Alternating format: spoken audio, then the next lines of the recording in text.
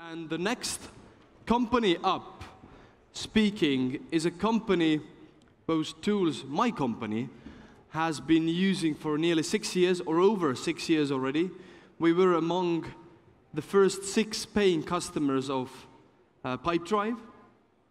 And Pipedrive today has had a new CEO for a while. During last 18 months, this gentleman has traveled to Estonia every month. So he's quite a nomad. Yep. And he has grown the company. He's doubled the company size and tripled the headcount of the company. And before coming to business, he attended art school. So Steve, here we are. Hi, thanks. Well, I did, thank you. So I didn't expect to be talking about art school today, so I won't. And thank you for that introduction. Yes, I didn't double the size of the company, the team did. We have a very strong team. So in thinking about what I wanted to talk about today, my assumption was that many in the audience have heard of us and are familiar with us. We've done quite well, certainly here, in letting the community know who we are, but also globally. So what I want to speak about is a little bit about the history, why the team did what they did, and why they pursued a global opportunity, and how we're leveraging that now, and how we're especially leveraging the fact that we've created a significant presence in the US, which the founders did very early, 4 years ago, I think. And we're taking full advantage of that, not only because 30% of our business is there, but now half of our executive team is based in the US. So, how do I...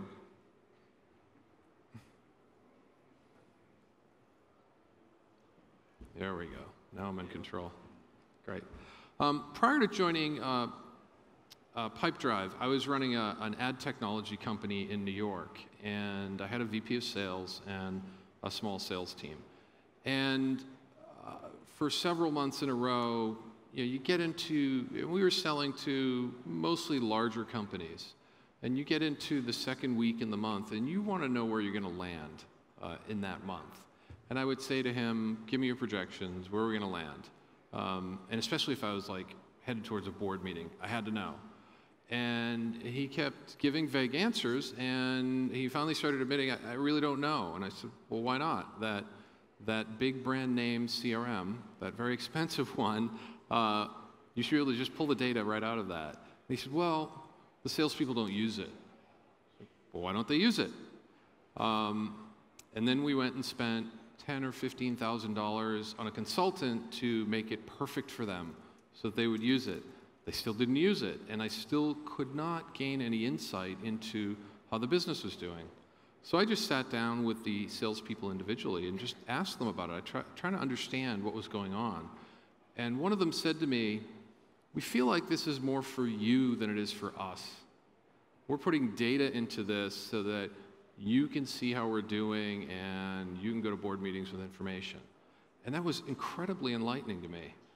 And this one individual went on to say, I need a tool that can help me sell and be more successful, and this ain't doing it. And that's really what the founders here figured out as well. I mean, there's a big problem. CRM applications, especially as they've gone up market, have become more complex, harder to use, and when you go up market, you start to build for the buyer and not the user, and they're different people. So, along came these guys who really went for it. Very exciting. Timo and Ermis, the 2 original guys who had the concept, had been consulting and training on sales for 15 years.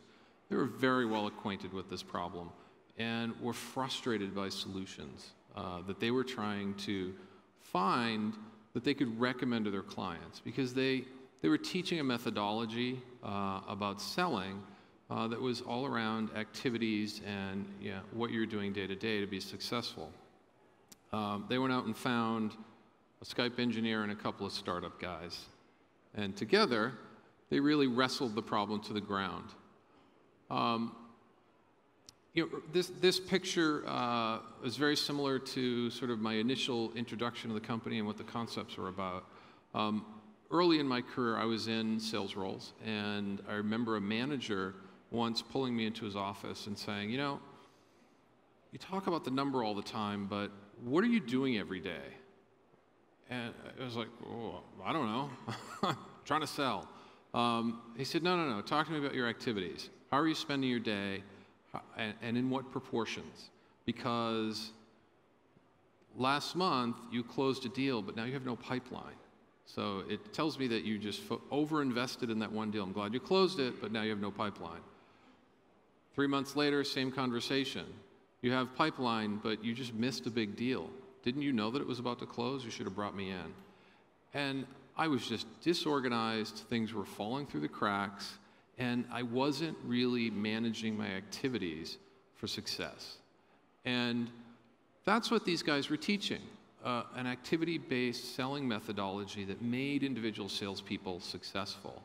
And as the story goes, when they brought in that Skype engineer and the 2 startup guys, they looked at their whiteboard, and they were trying to use some of the large brand name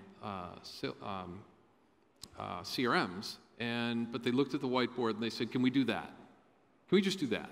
Because we think that's what will make salespeople successful. And they did.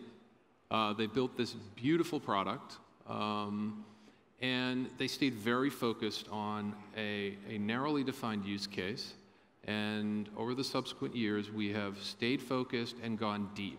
So it's a narrow use case that we're wrestling with. It's a very easy-to-use, intuitive application that has a real depth of functionality. And we've been able to give it that depth of functionality while keeping it very easy and simple to use. So a salesperson picks it up, and they're literally using it within 5 minutes, which is unheard of. So that was a very big breakthrough. And I know from my experience in small business that in order to really get traction in the market, you have to wrestle with one use case and be very focused on it for a good portion of time. Small businesses don't do well with big complex solutions because they don't think that way. They're too busy, they don't always have the expertise, and they sort of make decisions on particular needs when they're in front of them. And that's what these guys realized, and they stayed focused, they went deep, and when you do that, this happens. You end up with a beautiful chart like this. We've been growing very fast. I joined the company prior to that last milestone, but we hit 30,000 paying customers earlier in the year, which we announced publicly. So the company is, on a revenue perspective, over the past 3 years, been doubling. We'll do that again this year. So it's going very well. And when I got introduced, prior to that $9 million round of funding, what I was impressed with was how capital efficient the company was. They hadn't raised a lot of money, and they'd gotten a lot done. And they'd gotten a lot of traction in the market. And what that speaks to is great product, and a product that is useful, that people talk about, and drives a lot of organic acquisition of new customers. And that's happening. So I joined, and some of those press releases I couldn't read, still can't. Although I have been to Estonia since January of last year 16 times. But I also have added some folks additionally to the executive team who are also US-based. And I'll talk about that. So what attracted me is what I talk about as sort of the differentiators of this business. And any one of these points is not the home run differentiator. It's really all of them in combination make us a very unique company and has a lot to do with our growth. So founding team, I mean, that attracted me right away because not only were these guys courageous enough to start a business, and it takes a lot of courage, they're very committed to building a big, great company. They have lots of perseverance, and that's what I wanted to do. So I was very attracted to that. The global footprint. I had thought for a long time that SMB, SaaS applications, front office, marketing, selling, that category needed a global player. And what happens a lot is companies get started in the US, in SaaS, in SMB, And the market's so big there that by the time they want to go outside of the US, their US focus is so ingrained and so in their DNA that it's just difficult to make that leap. Really difficult. I've tried to do it. It's hard. And this company's already done it. It's already in our DNA. We're well past all of that pain, and we have a complete global footprint. We are doing business in 130 countries. We have 13 localizations. So we're well past that. And I found that appealing because I felt like, why wouldn't someone take advantage of the massive global opportunity? Yes, 27 million SMBs in the US, but 20 million in the EU, 13 million in Latin America, 6 million of them in Brazil alone, which is our #2 market. Why wouldn't a company do that? And it's just difficult to do once you get started. These guys started that way. So I found that very exciting. And then certainly the SMB target market and that focus. For one, it's less competitive. All the big players have gone up market. They've left this big opening. So I found that very exciting. Two, my experience seemed like a perfect fit. I spent 10 years at Constant Contact, an email marketing company focused on small and very small businesses. I know the SMB space really well. And then finally, just a shared passion. I'm passionate about serving these customers. They're more grateful than enterprise customers. A lot of times the decisions they're making are life and death for their business. So these are critical decisions, and I just find you can really get to know them better. Even though there's more of them and it's a very fragmented space, you just get to know them better than you do an enterprise client. So they had that same passion, so I also found that appealing. So since I joined, what's happened? Yes, the company has grown rapidly, but mostly I feel like I've gotten on a rocket ship rather than done that. We did do the $9 million A round with Bessemer Venture Partners. So we were led by it was led by a premier firm based in New York and Menlo Park. We've tripled headcount, and both here and in the US. In our New York office, we're approaching 30 people. I think 28 now, and I don't know the number here. It changes quite a bit. But in total, we're about 175, 180 people. So we've grown quite a bit. I've added 2 new executives, a CFO in New York and a head of sales and support in New York as well. So we've gotten to the point where we have an equally distributed executive team across both locations. And then as well, we have a Menlo Park office with an executive there as well. And that's important. It's a bit unusual as an approach, but for me it was very important that I want to come here a lot. Most of the employees are here, but when I leave, I know that I'm leaving behind executives who are leading the company, and that's really important. And we've introduced a new selling model, inside sales. We're hiring a team. We're scaling it up both here and in New York. It is a self-service model, but at scale, these things require a little bit more than self-serve. So we started to blend that into the model. And then we opened our office in New York, and the kind of crazy story is when I took the job, I committed to doing it from California, and I actually moved there for 3 months and got tired of getting up at 5 in the morning. Distance and location does matter. I'm a fan of virtuality and working wherever you need to be.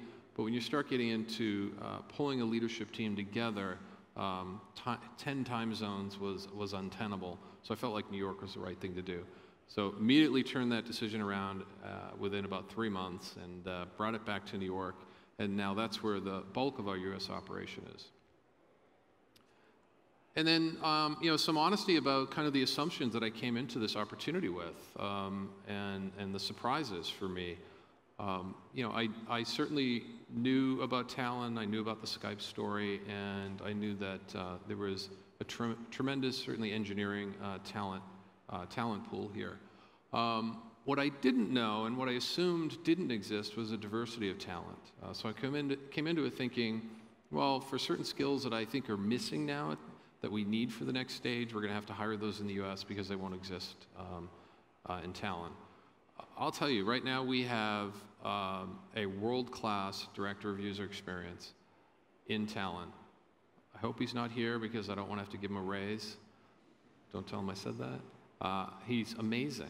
And that was one of the roles. I came in, I said, geez, you got to have a director of UX. And we started the search, and we found someone here who was amazing. I mean, better than I could have hoped for anywhere. So I have been really very excited about the talent here. And then, in thinking about a global company, having your base of operations in a global city, so that you're getting a global workforce and a cultural diversity that matches the customer base you're going after is important. And I thought, oh, London, maybe Berlin. And I didn't know that we could do this in Tallinn, and we have. We have 20 nationalities in the company. We speak over 23 languages. We've been able to move people here from Brazil, places like that. It's a great place to live. So we've been able to do that. Another pleasant surprise. And then customer focus. I came into what was a product-driven company, and thinking that it was engineering-led, and I've been pleasantly surprised there as well. A very big customer focus and orientation. So where have we landed? We've landed with a very fun place to work, and a great team, a fantastic culture that I'm trying not to break, and we're having a blast. So I appreciate the time. Thanks. Okay. Thank you, Steve, both for the presentation as well as becoming an Estonian. So we have time for just one quick question from the audience. One question, one hand up. One here. Do you see a company in, say, 10, 15, 20 years? What is the big ambition? The big ambition is to continue to be a high growth company where we are in control of our own destiny. In 15 or 20 years, if we continued on that path, would be at a very big scale. We would be in the front of the business, probably not sort of back office, but we'd be in multiple applications and use cases around sales and marketing for small business. So the idea is that we stay in that small and medium-sized business space and fully global. Thank you. All right.